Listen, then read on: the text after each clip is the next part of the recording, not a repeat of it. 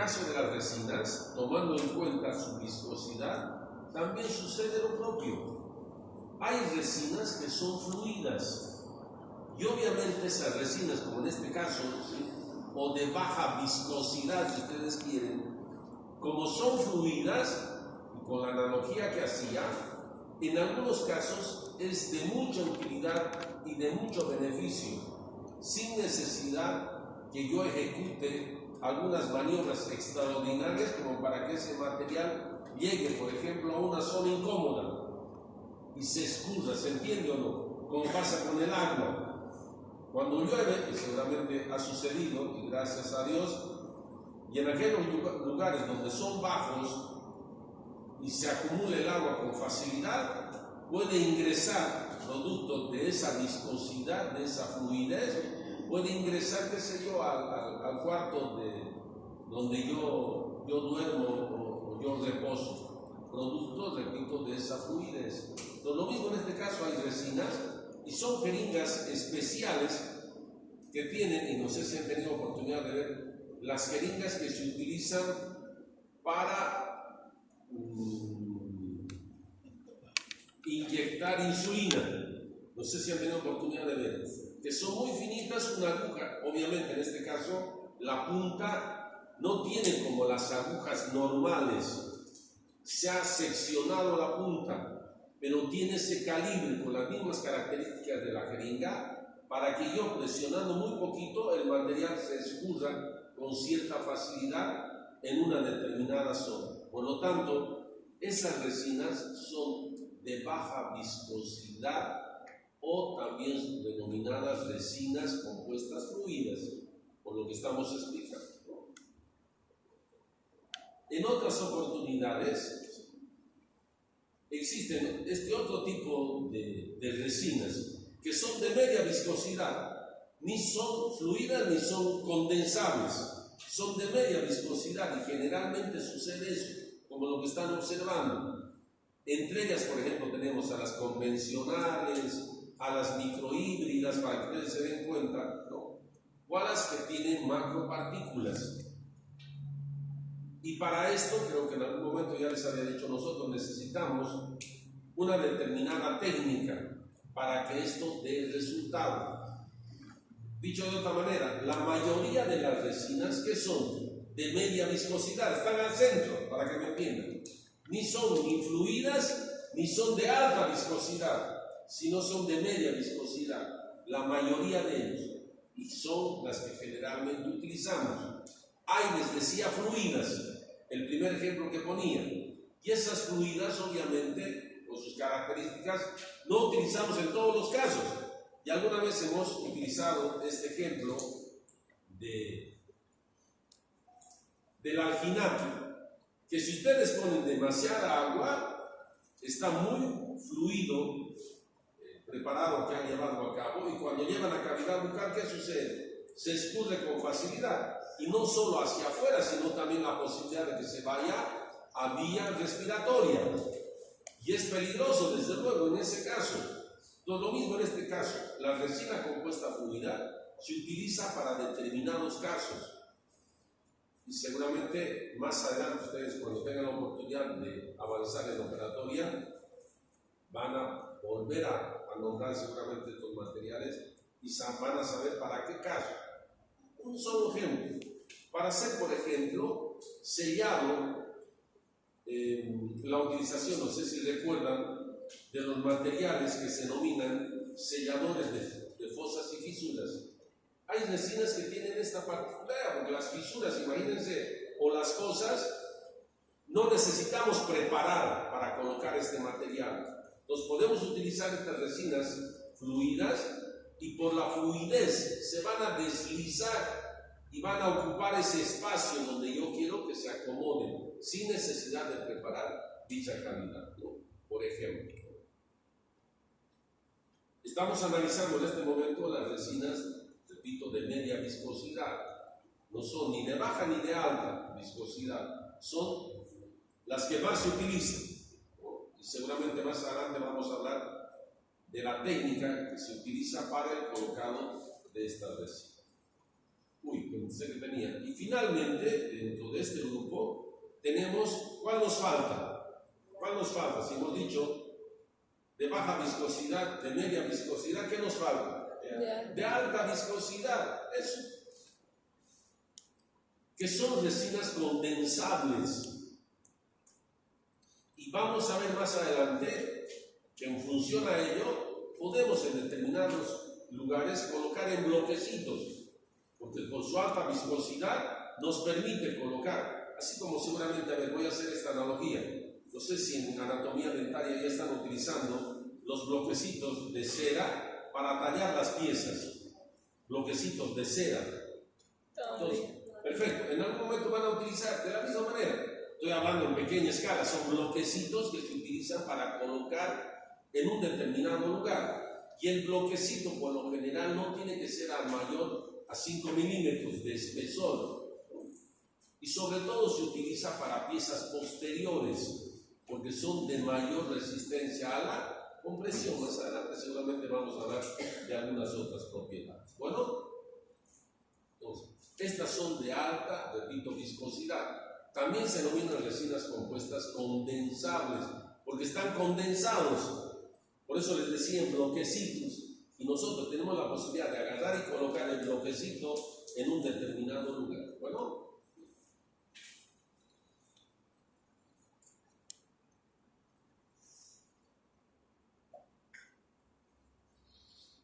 siguiendo ese mismo criterio, solo para que tengan una idea y complementar a lo que ya habíamos hecho mención.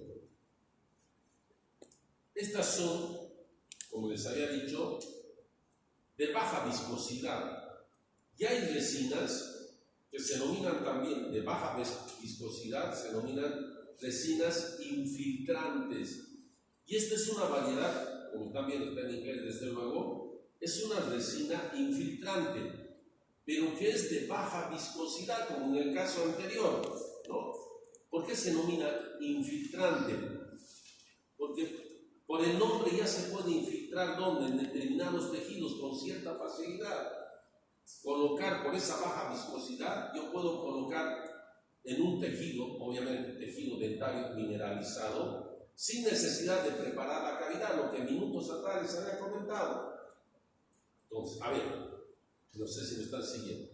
Minutos atrás hemos clasificado, de acuerdo a la viscosidad, en 3 grupos. Y les decía el primer grupo que se denomina resina compuesta de baja viscosidad. Dentro de ese grupo existe esta, por ejemplo, que se denomina resina infiltrante. Por el nombre resina infiltrante, igual sigue siendo resina de baja viscosidad. ¿Y por qué se denomina infiltrante? Por lo que minutos atrás les había dicho. Yo no necesito preparar la cavidad. Recuerdan que hay que preparar, todo lo malo hay que sacar. En este caso, por ejemplo, no necesito preparar. Entonces, ¿qué puedo hacer? Puedo sellar fosas y fisuras, por ejemplo, para prevenir. Entonces, ¿qué utilizo? Puedo utilizar esta resina infiltrante que es de baja viscosidad. A ver, ¿cuál es, quizás adelantándome un poco a la técnica, cuál es la técnica, aunque en un momento dado creo que ya les he comentado esta situación? Esta resina infiltrante que es de baja viscosidad, habitualmente viene en 3 jeringas. 3 jeringas. Entonces, en la primera jeringa, ¿qué contendrá? A ver, por sentido común, ¿qué es lo que hay que hacer para colocar resinas? Que eso hemos visto en un determinado momento, de forma general. Para que se pueda facilitar la unión del material que estoy utilizando con las estructuras dentarias, ¿qué tengo que utilizar? Ácido grabador. Muy bien, ácido grabador. Entonces, en este caso se utiliza la primera jeringa, el ácido grabador. Y en este caso, generalmente, el ácido grabador, ¿qué habíamos dicho? Por lo general, ¿qué ácido grabador utilizamos? Ácido fosfórico. Ácido fosfórico. En este caso no se utiliza, no se utiliza ácido fosfórico. ¿Qué se utiliza? Un ácido, pero que no es fosfórico, es clorhídrico. Alguna vez también habíamos hecho esa comparación con el ácido clorhídrico, ¿recuerdan? Entonces, en este caso, esta resina infiltrante utiliza ácido clorhídrico al 15%, porque generalmente utilizamos ¿qué? Ácido fosfórico, ¿a qué porcentaje? Al 36. 37%, imagínense, altísimo. Entonces, en este caso, el ácido clorhídrico solo tiene el 15%. ¿Y tiene una segunda jeringa. En la segunda jeringa, a ver, ¿qué contemplaba? El nombre general. Eso, el adhesivo. Y finalmente, ¿qué es lo que tiene? La tercera jeringa, ¿qué tiene? Resina. Resina fotopolimerizable, pero resina fotopolimerizable de baja viscosidad. ¿Cuál es el nombre comercial de este producto?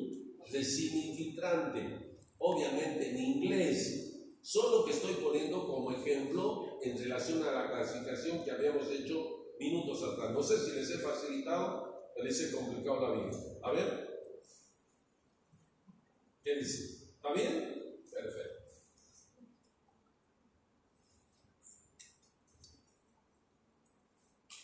Y dentro de las resinas condensables, a veces no me gusta utilizar nombres americanos, pero en fin, dentro de las condensables, recuerdan, minutos atrás hemos clasificado en 3 grupos, de baja, media y alta viscosidad. Las de alta viscosidad que les había dicho que son condensables, esta es una resina condensable. ¿Qué nombre recibe? Bullfield. Ese es el nombre comercial, repito, de ese tipo de resina. Que les había dicho que utilizamos en bloquecitos.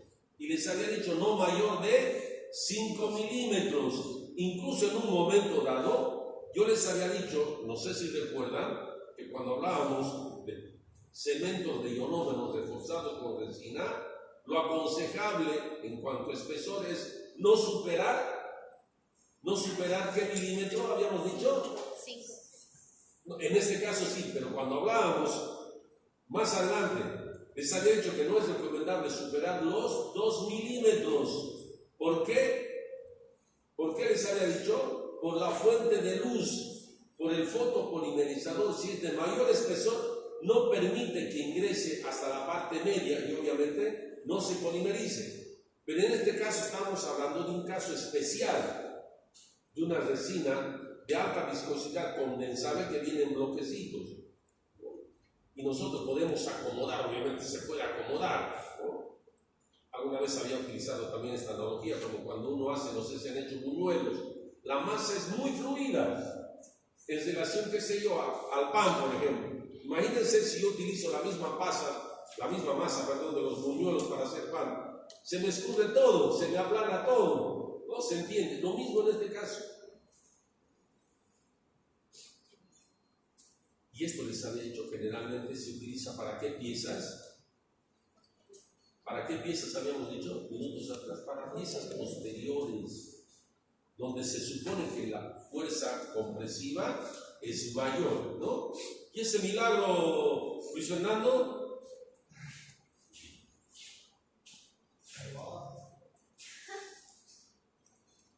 obviamente son resinas de fotocurado o de fotopolimerización.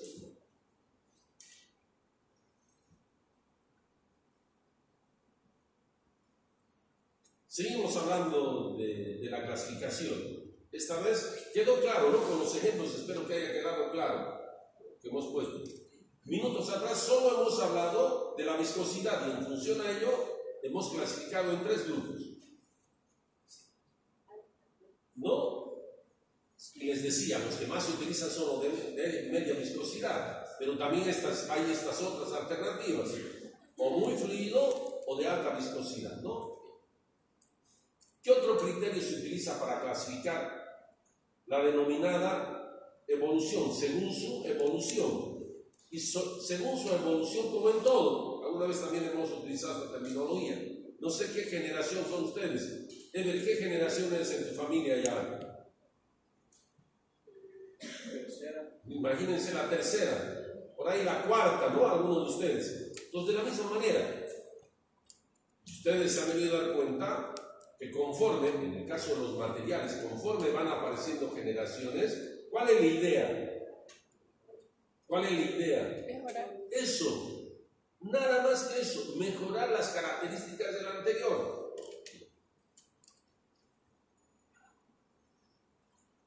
¿Cuáles fueron las de primera generación? Esto aquí les he hecho para facilitarles un poco. Las que tienen macropartículas. Las de segunda generación ya se ha ido mejorando, ya no son macros, sino son micropartículas. Las de tercera generación, a ver, ¿qué se les ocurre? Por lo que hemos hablado la semana pasada. Híbridas, eso, muy bien, una combinación. La tercera generación, híbridas. En la cuarta generación, ¿qué ha sucedido ya? Se ha reforzado como con los ionómeros, ¿recuerdan? Reforzados con resina, en este caso lo mismo. ¿Qué ha sucedido en el caso de las resinas? Se ha reforzado ¿con quién? Con partículas de cerámica. Por eso que les había dicho el circonio, lo que está de moda en la actualidad, ¿no? ¿Y qué son, si nosotros queremos en función al tamaño de la partícula, qué son los de cuarta generación? ¿Qué nos falta? Nanopartículas.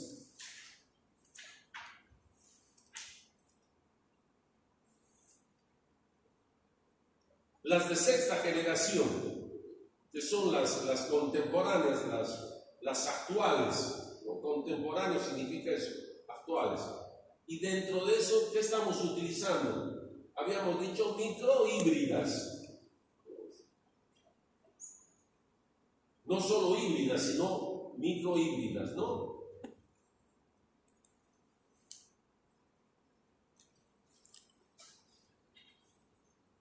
Y ustedes dirán, doctor, directamente se ha pasado a la sexta, de la cuarta a la sexta. ¿Qué está sucediendo? Que los de quinta generación, no sé si han dado cuenta o no se han dado cuenta minutos atrás, ¿eh? Que de la cuarta nos hemos pasado directamente a la sexta. No son observadores ustedes, ¿no? ¿Por qué? Porque los de quinta generación se utilizan para técnicas indirectas. ¿Eso qué significa? ¿Qué significa una técnica indirecta? Que permanentemente hemos repetido. Eso. Yo necesito trabajar con el laboratorio. El laboratorio va a utilizar resina y en algunos casos, de hecho, es beneficioso. ¿Por qué? Porque vamos a evitar la contracción de la resina. Entonces, son resinas que se utilizan para técnicas indirectas, con la utilización de un determinado laboratorio. Y las de séptima generación, ya que están de moda en nuestro medio, son los denominados resinas compuestas que tienen en su composición polividrios, que son variedades o cerómeros, lo que minutos atrás les había dicho. Se están mejorando siempre en el afán de mejorar, de hacerlo sobre todo de mayor resistencia a la compresión y evitar su contracción, que es lo que nos preocupa, que habíamos comentado también la semana pasada, ¿no? Dicho esto, vamos a pasar a considerar las denominadas propiedades, esta vez propiedades generales, para que ustedes hagan un análisis. Y para eso hemos elaborado una tablita comparativa. Y dentro de esa tabla comparativa, entre lo que es la dentina, el esmalte y la resina, para que ustedes se den cuenta, ¿me dejo entender o no? Porque vamos a reemplazar al esmalte y también vamos a reemplazar a la dentina, ¿no? Y en función a eso, la resina que nosotros estamos utilizando, ¿qué características presenta en base a ese hecho? En primera instancia, la dureza QNOP, que se denomina, ¿no? No sé si en algún momento recuerdan, es para establecer que la microdureza, les decía que se utiliza un equipo para intentar, para marcar, para saber la dureza de ese material, para que me entiendan, para saber cuán duro es, pero no para materiales a gran escala, sino a pequeña escala. Por eso se utiliza ese criterio, que es en base a quien ha descubierto, desde luego, repito, para establecer la microdureza. Fíjense la comparación. ¿Quién es más duro? El esmalte, desde luego. ¿Quién le sigue? La dentina. Y fíjense, la resina está cerquita, pero cerquita de la dentina, pero lejos de quién? Del esmalte. esmalte, para que se den cuenta entonces, las resinas nuevas están intentando aquello. Por eso les decía los polividrios o los cerómeros, en el afán de que lo hagan más resistente a la compresión. Espero que se haya entendido. Otra propiedad, la resistencia a la compresión, lo que minutos atrás les decía. Fíjense, en ese caso, en la tabla comparativa, ¿quién resiste más? El esmalte. Pero ¿quién le sigue? La resina. Y después viene la dentina. Solo les había dicho, me interesa para que ustedes hagan ese análisis. Y yo no les pregunto, finalmente para no enloquecerlos, sino solo con eso, como en microbiología, con puro nombre los podría enloquecer a ustedes. La idea no es esa, desde luego, ¿no? Bien. Otra propiedad, otra característica, la resistencia tensil. Y dentro de la resistencia tensil, también hagan la comparación, fíjense, ¿no? Estamos por encima de la dentina, pero por debajo del esmalte. Otra propiedad, el módulo elástico, que varias veces hemos preguntado. Aquí sí estamos por debajo de la dentina y del esmalte.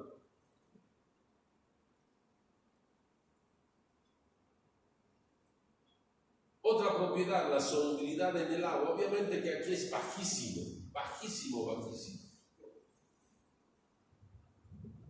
Y lo que nos interesa también, otra característica, la contracción. Fíjense la contracción de la resina, que oscila entre 1 y casi un 2%. Entonces, se contrae, dicho de otra manera, se contrae, y al contraerse, microscópicamente, ¿qué va a dejar?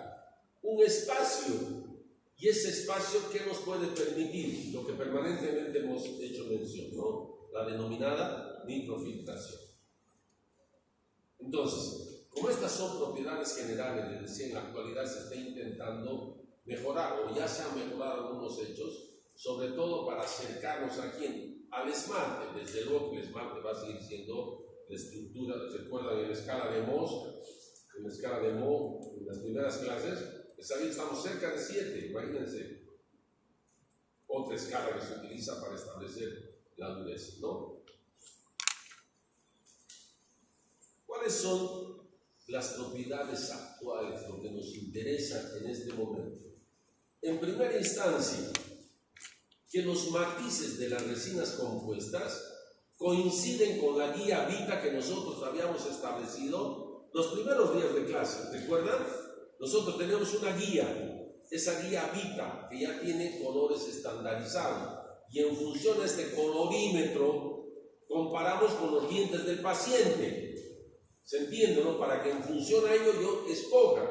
Porque si soy moreno, imagínense, y mis dientes un poco amarillentos, no voy a poner un color blanco. Cada vez que sonríe en el sector anterior se va a notar, no se va a mimetizar, ¿no? Entonces, en función a ello, repito, utilizamos el colorímetro Vita, que es el que más se utiliza, diferentes tonalidades o diferentes matices, y esos matices coinciden ¿con quién? Con las resinas compuestas. Desde luego que yo tengo que tener un arsenal. Obviamente en mi consultorio, si me voy a dedicar a la operatoria, tengo que tener un arsenal, una cantidad grande de resinas. Porque imagínense, por ahí viene un paciente y con platita y es un color rarísimo, no voy a mandar a la tienda a comprar, etcétera, etcétera, etcétera, ¿no? Pues yo tengo que tener en relación a estos matices para que en el momento oportuno pueda utilizar. Entonces, ¿con esto qué estoy diciendo? A ver, con esto miren, ¿qué estoy diciendo? Que existen diferentes opacidades, diferentes tonos, las resinas compuestas, que pueden reemplazar ¿qué? Pueden reemplazar el color de la dentina, pueden reemplazar el color del esmalte, pueden reemplazar ¿qué? La translucidez del borde incisal del esmalte. ¿Para qué? Para que yo pueda mimetizar. Por lo tanto, no voy a utilizar lo que antes se hacía, no voy a utilizar una sola resina, voy a utilizar diferentes resinas, primero para camuflar la dentina, después para camuflar el esmalte, y en algunos casos incluso en el sector anterior superior sobre todo, para camuflar que el borde incisal, de tal forma que cuando el paciente sonría, simule o se mimetice esa pieza dentaria con las piezas dentarias naturales de ese paciente. ¿Se entendió, no? Yo tengo esta posibilidad, por eso decía, tenemos diferentes matices, y están dando cuenta por el color y diferentes tonalidades, no solo un tipo, ¿no? Porque varía. Si ustedes hacen un estudio entre ustedes, seguramente que el color de las piezas dentarias es completamente distinto. Yo necesito mimetizar, necesito que se iguale para que pase desapercibido, que si no, lamentablemente, se va a notar cada vez que el paciente quiera sonreír, ¿no? ¿Qué es lo beneficioso también de estas resinas dentro de las propiedades actuales? Su baja contracción. Sigue habiendo, lamentablemente sigue habiendo, pero se ha disminuido considerablemente a lo que sucedía con las resinas convencionales, con aquellas que son de macropartículas, ¿no? Entonces, se ha reducido. Todavía sigue habiendo, por eso que les decía, creo que la compañera preguntaba la semana pasada, ¿cuál es la vida media? Hay una vida media como en todo, y nosotros necesitamos hacer un control periódico, sobre todo para evitar la microfiltración o el cambio de coloración en estos casos, ¿no? Y básicamente, ¿por qué? Por el alto porcentaje de la carga inorgánica, no de la fase orgánica. ¿Qué es lo que se modifica? Alguna vez ya lo he manifestado en la clase pasada, si no recuerdo mal. Una vez más, por el alto porcentaje de la carga inorgánica. ¿Qué es lo que se está cambiando? ¿Qué es lo que se está, en lo que se está trabajando? El relleno, la parte inorgánica para mejorar ese producto, ¿no? En este caso, la resina, ¿no? ¿Qué otra particularidad dentro de las propiedades actuales? Como eran de macropartículas antes, ¿no? Yo al pulir salía una macropartícula y por ahí visualmente no se notaba, pero quedaba una fosa, para que me entiendan, un socavado, y ese socavado daba lugar a la acumulación de detritus o de placa bacteriana, y con el tiempo un cambio de coloración, y en poco tiempo. Entonces, en la actualidad, producto de las propiedades actuales, repito una vez más, se pule con mucha facilidad, y no solo se pule, sino también se puede texturizar, como seguramente texturizan algún objeto en la casa, con mucha facilidad. Y para eso siempre hay que utilizar, ¿qué habíamos dicho? Cuando hablábamos de ionómeros reforzados con resina, para pulir, ¿qué tenemos que utilizar? Fresas de diamante, no se olviden, y refrigerando adecuadamente. Entonces le podemos dar la forma, porque a ver, no se olviden, no siempre vamos a acomodar, por más que seamos detallistas. Yo tengo que utilizar después una fresa de diamante para darle la forma, y al darle la forma tengo que desgastar. Y al desgastar, les decía, no va a ocurrir lo que habitualmente ocurría hace un tiempo atrás, o lo que minutos atrás manifestaba. Pues tranquilamente puedo dar la forma sin preocuparme de que va a quedar una fosa, una cavidad, y que después va a suceder esto, aquello. No, yo puedo pulir, les decía, puedo texturizar con cierta facilidad, ¿no? Incluso puedo utilizar estos que se denominan. ¿Qué se denomina? Si tiene la forma, ¿de qué tiene la forma? Entonces ya no han llegado a utilizar el famoso CD o CD. ¿Qué es el CD? Genéricamente, un disco.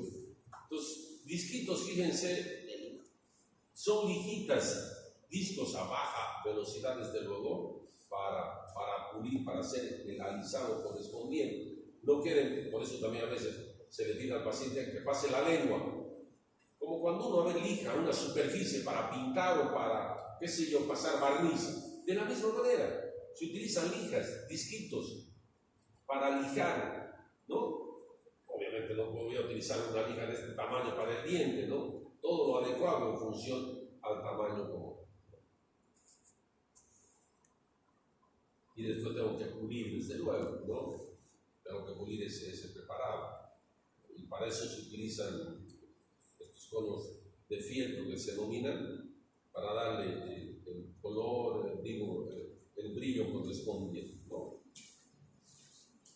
Y más o menos así queda la restauración después de todo ese procedimiento. Les decía, fíjense, una vez más, no vayan a pensar que yo he hecho, no son de la clínica, ¿sí? Entonces, no son de aquí de la clínica, desde luego, son de nuestra clínica particular, pero fíjense, obviamente aquí una de las desventajas, seguramente llegado un momento lo vamos a manifestar, ¿qué es? Porque tengo que ser meticuloso. Y al ser meticuloso, ¿qué sucede? Si ustedes tienen otro paciente afuera, el tiempo, lamentablemente, es una de las desventajas de este tipo de procedimientos, ¿no? Entonces, ahora, no solo se puede aplicar adelante, antes solo se aplicaba adelante, ahora se puede aplicar también atrás, ¿no? Por esta propiedad actual que son resistentes a la compresión. ¿Aproximadamente cuánto tiempo se tarda en hacer todo este proceso? ¿O cuánto tiempo nos tardamos en hacer todo este proceso? Si es una pieza posterior, obviamente de gente que tiene experiencia, ¿no? Aproximadamente entre 20 a 30 minutos. Gente que tiene experiencia. Y bueno, quien está comenzando, eso pasa también a veces, porque hay gente que está comenzando y viene a la clínica, quiere practicar, demora 1 hora y media, 2 horas, porque hay que ser muy meticuloso. Primero de colocar, después darle la forma. No se les ocurra, miren, un tip, lo que veo desde luego. No coloque, inmediatamente polimerice. Denle la forma. Para eso están estudiando anatomía, la forma, porque después se ha polimerizado. Al desgastar, obviamente, no queda lo mismo. Ya denle la forma, etcétera, etcétera. Incluso comprueben la oclusión, porque si no han comprobado la oclusión y la obturación ha quedado alta, después tienen que desgastar. Todo ese sacrificio que hicieron que de nada. Y después no solo eso, están perdiendo material también. No depende mucho. Y hay que tener habilidad y paciencia desde luego, como seguramente cuando alguien está dibujando, pintando. Ustedes, ¿quién ganó el concurso de anatomía? Jacqueline. ¿Es del curso? Miren, el tiempo que le dedica seguramente, aunque ya con la experiencia, estos que hacen caricaturas en la plaza, en cuestión, ¿cuánto demoran? 15, 20 minutos, ¿no? Seguramente. O media hora. Pero uno que está comenzando, seguramente 24 horas, ¿no? ¿Qué es lo que nos preocupa? Lo que permanentemente hemos hecho mención. La biocompatibilidad. Obviamente que son materiales biocompatibles. Pero también, al ser materiales biocompatibles, de una o de otra manera, aunque no están en contacto directo, no se olviden que pueden comprometer la pulpa dentaria. Porque nosotros vamos a utilizar otros materiales en el afán de acondicionar esa zona, no se olviden. Y para acondicionar esa zona vamos a utilizar, ya minutos atrás decíamos, ácido grabador, adhesivo, por más que sea de un solo paso. ¿Qué tienen en su composición? Ácidos. Y los ácidos de alguna manera pueden comprometer. Dicho de otra manera, el pH teórico, escuchen esto que quede claro, el pH teórico de las resinas, ¿cuál tendría que ser el pH teórico? ¿Cuál tendría que ser el pH teórico de las resinas? Teórico. Eso, neutro 7, por sentido común. Ahora, de que en la práctica no siempre sucede. Por eso también es importante, por eso decía, y espero que los trabajos me sorprendan a fin de semestre, a fin de año, bueno, para que hagan la comparación y vean todos estos aspectos que nosotros estamos considerando. En la práctica no siempre siente. Puede bajar, puede ser ligeramente ácido. Ahora tampoco es de 2 como con el ácido fosfórico o el ácido clorhídrico, no, de ninguna manera. Pero lo ideal es que sea así. Entonces, cuando ustedes compren una resina, vean, por eso les había dicho la ficha técnica.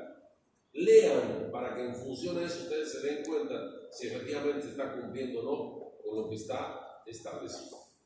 Pero al margen de la biocompatibilidad, ¿qué es lo que más nos interesa en este sentido? Lo que permanentemente he hecho mención. A ver, no se están dando cuenta con esa imagen. Es la resina. Al aplicarle luz, ¿qué sucede con esa resina? Lamentablemente se contrae. Y al contraerse, repito, muchas veces no se ve, no tiene que verse. No han venido los histólogos, no tiene que verse. El espacio es suficiente que sea microscópico. Ustedes saben, ¿cuánto mide un virus? Nanómetros de 300, de 20 a 300 creo. Imagínense, incluso en la comparación que les había mostrado la clase pasada. Entonces son espacios microscópicos.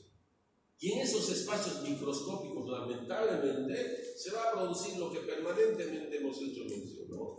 La acumulación de placa bacteriana o detritus, la microfiltración, entra saliva, etcétera, etcétera. Y se va a producir una recidiva no solo recidiva de caries, sino finalmente, ¿a quién van a llegar a comprometer? ¿De quién estamos haciendo mención? De la pulpa dental, que es lo que nos interesa proteger, ¿no? Porque cumple una serie de funciones. Dicho de otra manera, ese espacio, esa brecha, ¿no?, entre el material de obturación y la dentina y el esmalte, que es lo que lamentablemente la gente que se dedica a la investigación siguen trabajando en ese sentido. Se ha reducido, les decía, significativamente, pero a pesar de eso se sigue produciendo este hecho. Porque creo que indicaciones de forma general ya habíamos visto, ¿no? Por lo tanto, ¿en qué caso nosotros vamos a utilizar resinas? Por ejemplo, ¿qué clases son esas? ¿Recuerdan de las primeras que hemos hecho mención? Les había dicho que al preparar las cavidades se clasifican, ¿no? Cuando comprometen el borde incisal del sector anterior, ¿qué clase es?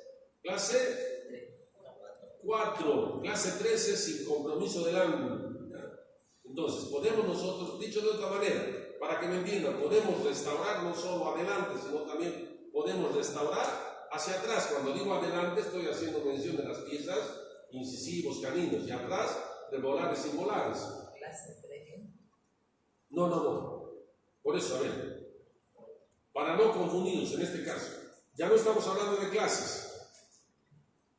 Solo ponía como ejemplo, el sector anterior, por ejemplo, es clase 4, o sea, comprometido el ángulo. El otro, el molar, ¿qué clase es? Se ha comprometido cara oclusal y cara proximal. Clase 2, no estamos hablando de clases. Ahora, solo les estoy diciendo que podemos utilizar tanto en el sector anterior como en el sector posterior, cosa que antes no sucedía. Solo se utilizaba en el sector anterior, básicamente ¿para qué? Para estética, básicamente. Ahora incluso se le puede dar funcionalidad por esta característica que es más resistente a la compresión, ¿no? Entonces podemos utilizar en varias clases ya para no nombrar y no complicarles la existencia. ¿En qué otros casos podemos utilizar? Y esto es frecuente en los niños, que se caen de bruces, que se caen de narices, les encanta jugar, ¿no? No sé si alguna vez he comentado, siempre me acuerdo de mi hija. Mi hija mayor, a la que más cuidamos, etcétera, etcétera, pues el primer hijo, en este caso la primera. Justo en el pretil de un borde se tropezó y de bruces. Sus 2 incisivos. Más bien no hubo necesidad de tratamiento de conducto, pero imagínense, eso suele suceder con los niños. Es lo más frecuente. Entonces, en esos casos, nosotros, si son fracturas, ahora va a depender si ha comprometido o no la pulpa. Son casos distintos y en su momento van a aprender. Pero se pueden utilizar. Y repito, se mimetizan y uno no se da cuenta. Ahora, de que hay que hacer controles e ir renovando cada cierto tiempo, desde luego, ¿no? ¿En qué otros casos puedo utilizar? No sé si en estos casos, por ejemplo, cuando hay caries cervicales, puedo utilizar. O cuando hay clase 5, que también así se denomina. O cuando hay abrasiones o fracciones, que son términos que en algún momento hemos visto y seguramente ustedes en patología estomatológica van a volver a repetir.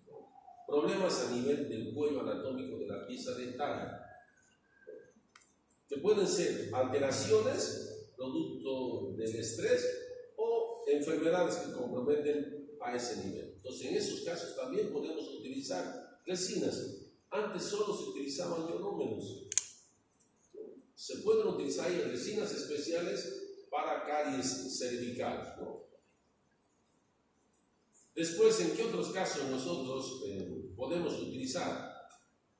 Aunque les había dicho que por lo general, ¿qué utilizamos? Cementos de ionómero, por ejemplo, para reconstruir muñones.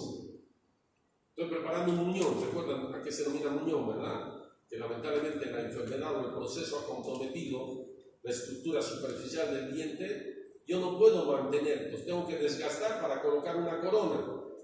Pero en ese desgaste además me falta algo para que ese muñón quede adecuado. Entonces, ¿con qué puedo reforzar o modificar? O con un ionómero o con una resina, darle la forma. ¿Se entiende o no? La forma a ese muñón, porque le falta un ángulo. Yo no puedo construir una corona faltando ese ángulo, tengo que reconstruir ese muñón. Entonces, puedo utilizar un ionómero o puedo utilizar resina para reconstruir ese muñón, darle la forma y después de darle la forma recién hacer una restauración indirecta, lo que minutos atrás habíamos hecho mención, ¿no? Entonces, para reconstruir muñones, como están viendo ahí, ¿no? Reconstruir muñones, no solo con resina, también se pueden utilizar metales.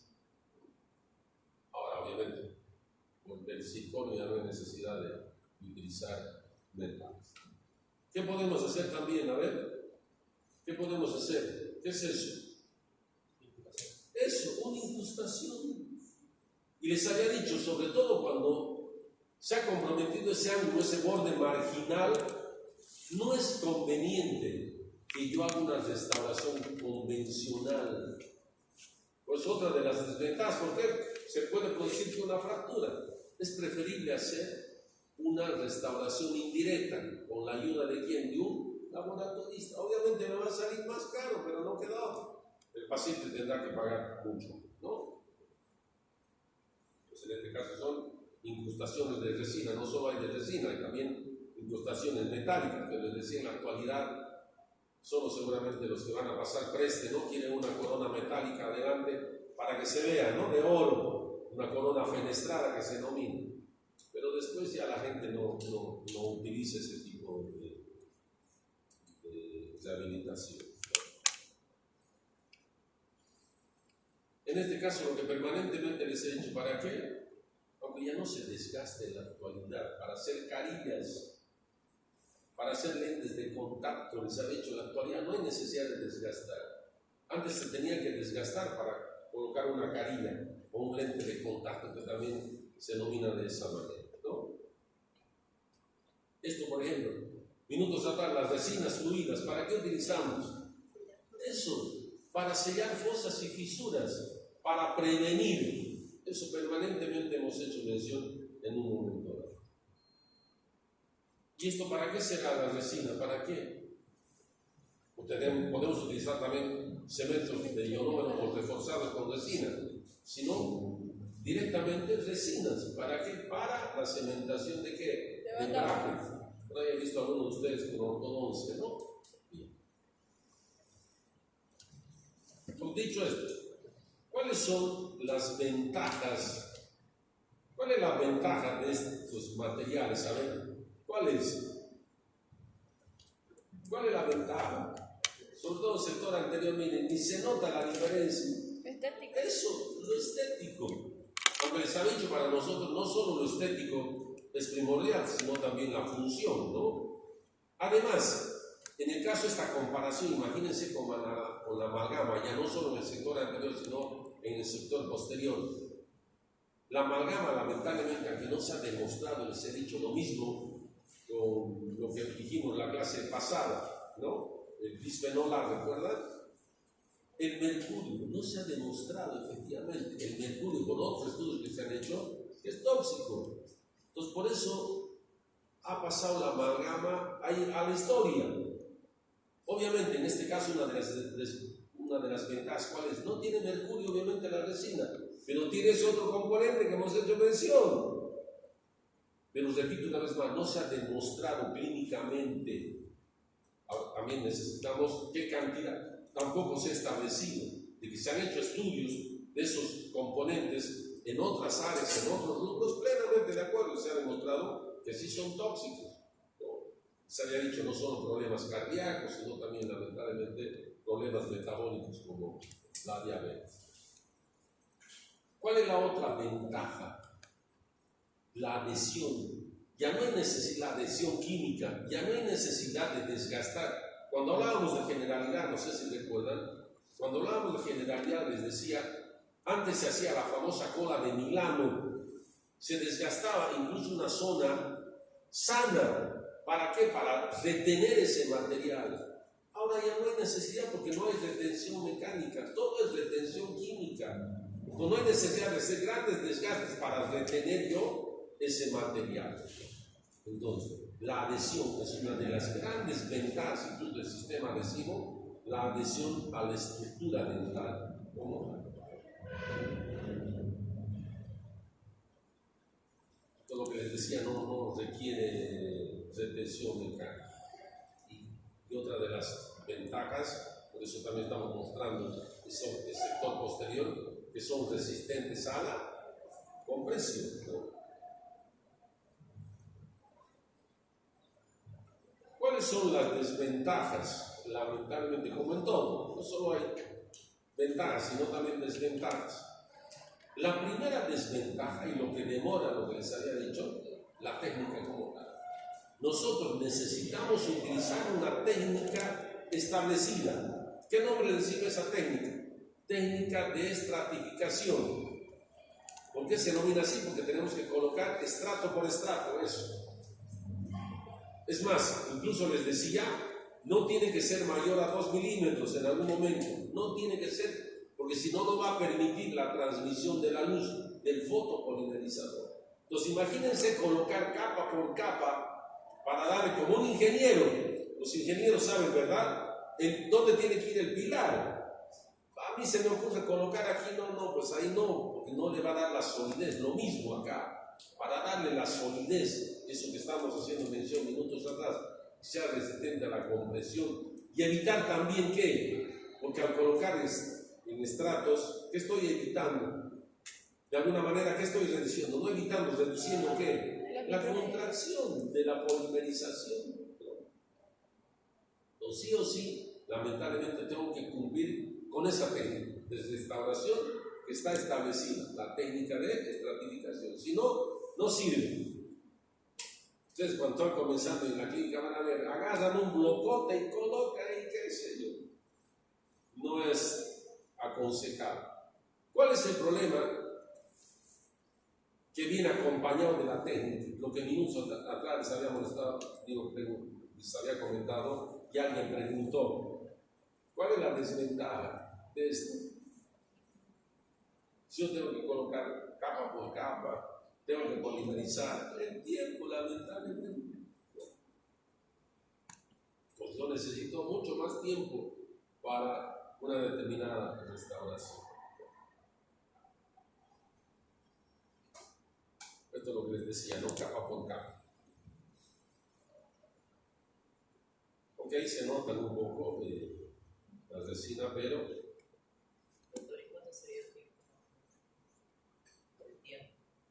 el tiempo de realizar la técnica. No, por eso ya minutos atrás les había dicho, depende mucho si tienes o no experiencia. El otro detalle, que además tienes que polimerizar más adelante, aunque me dijo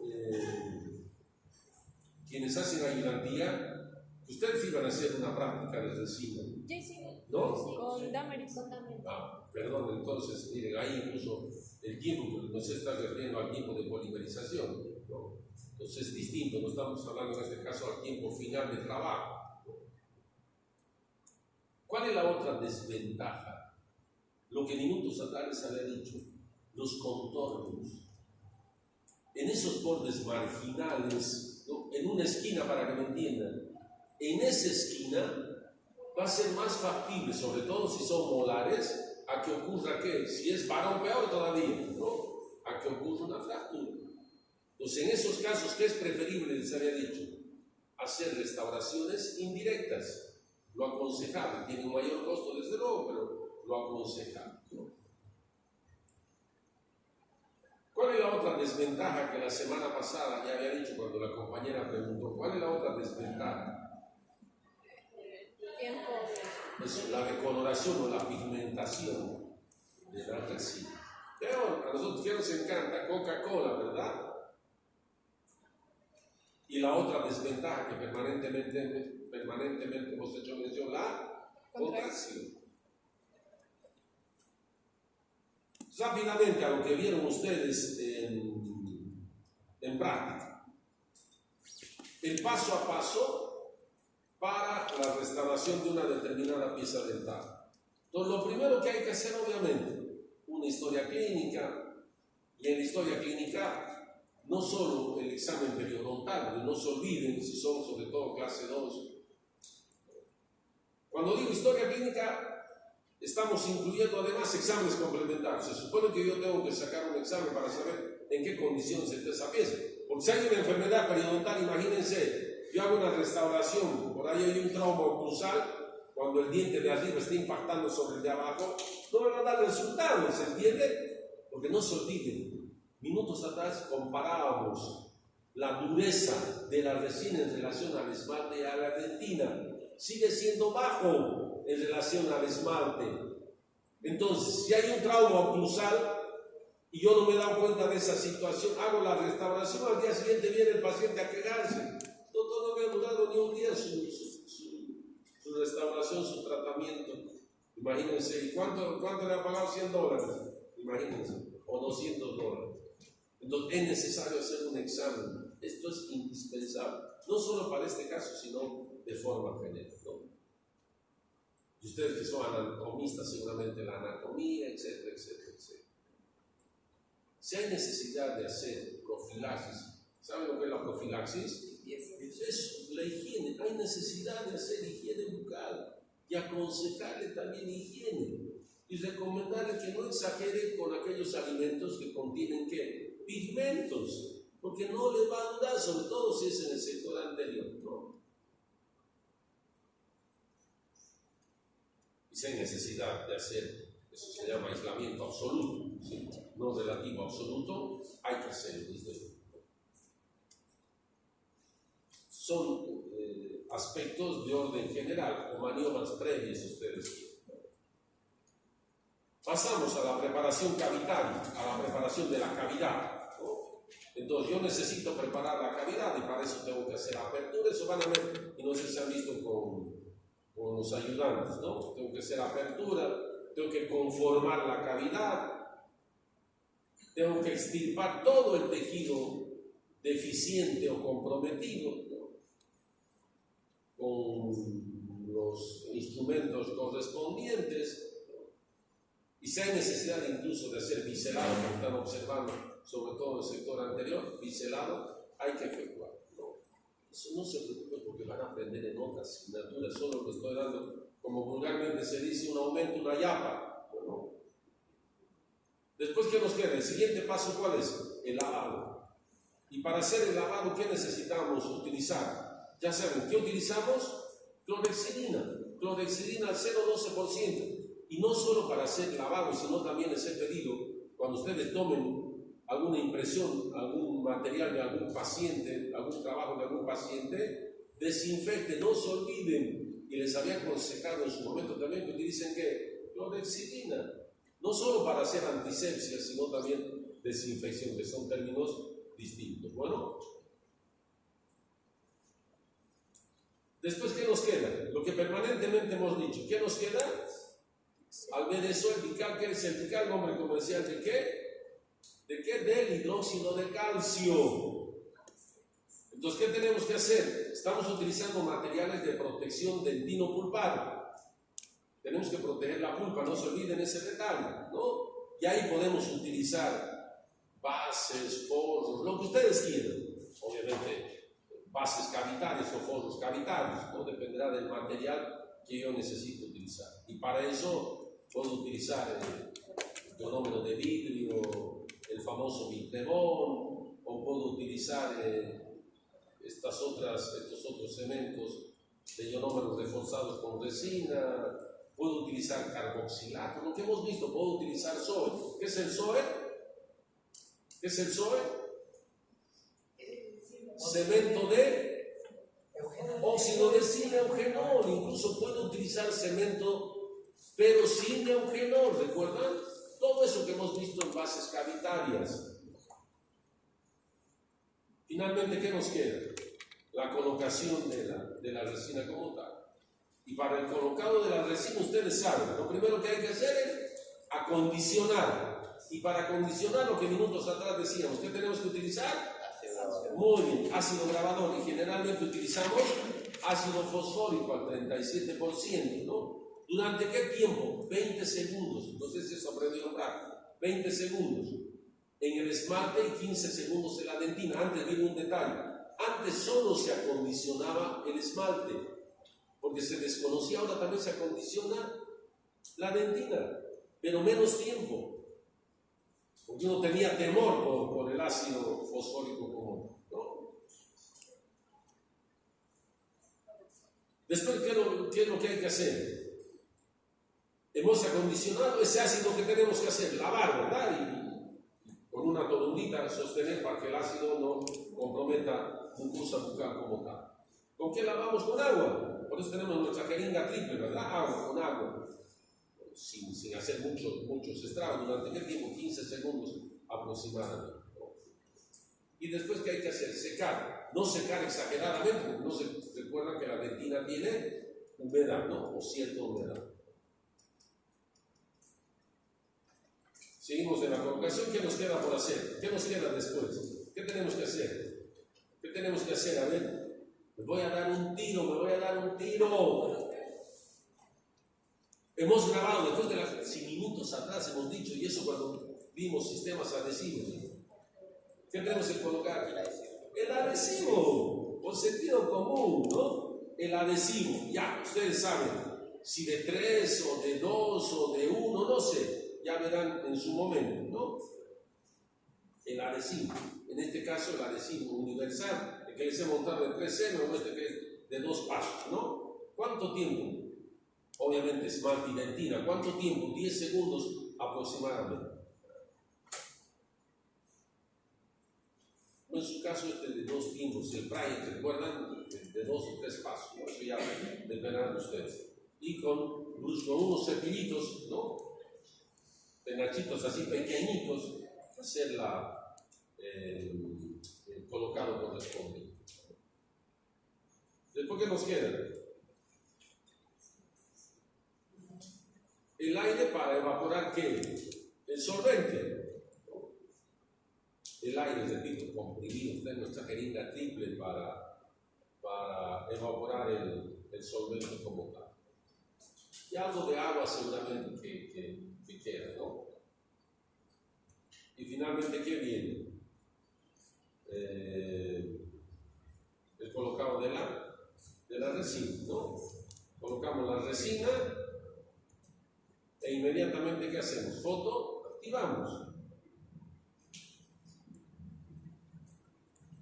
Y les había dicho antes de fotopolimerizar, ¿qué les he pedido?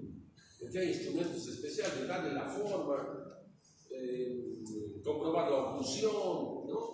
Porque si no se endura, después tengo que desgastar, etcétera, etcétera. Darle la forma, después decir la fotopolimerización.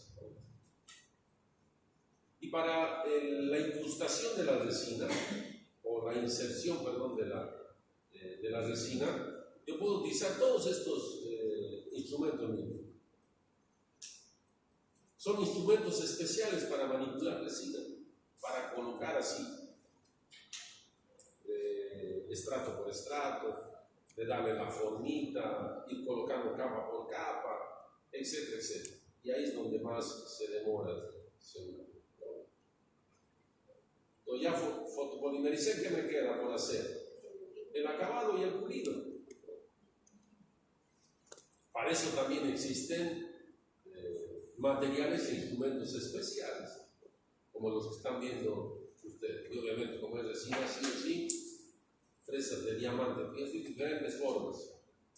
Obviamente tiene un costo, desde luego, ¿no? No es lo mismo que una fresa de carburo.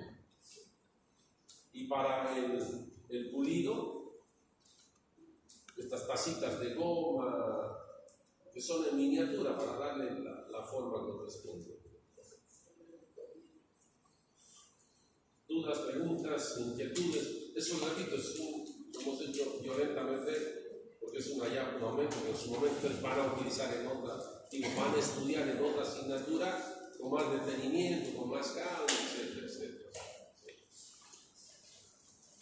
Dudas, preguntas.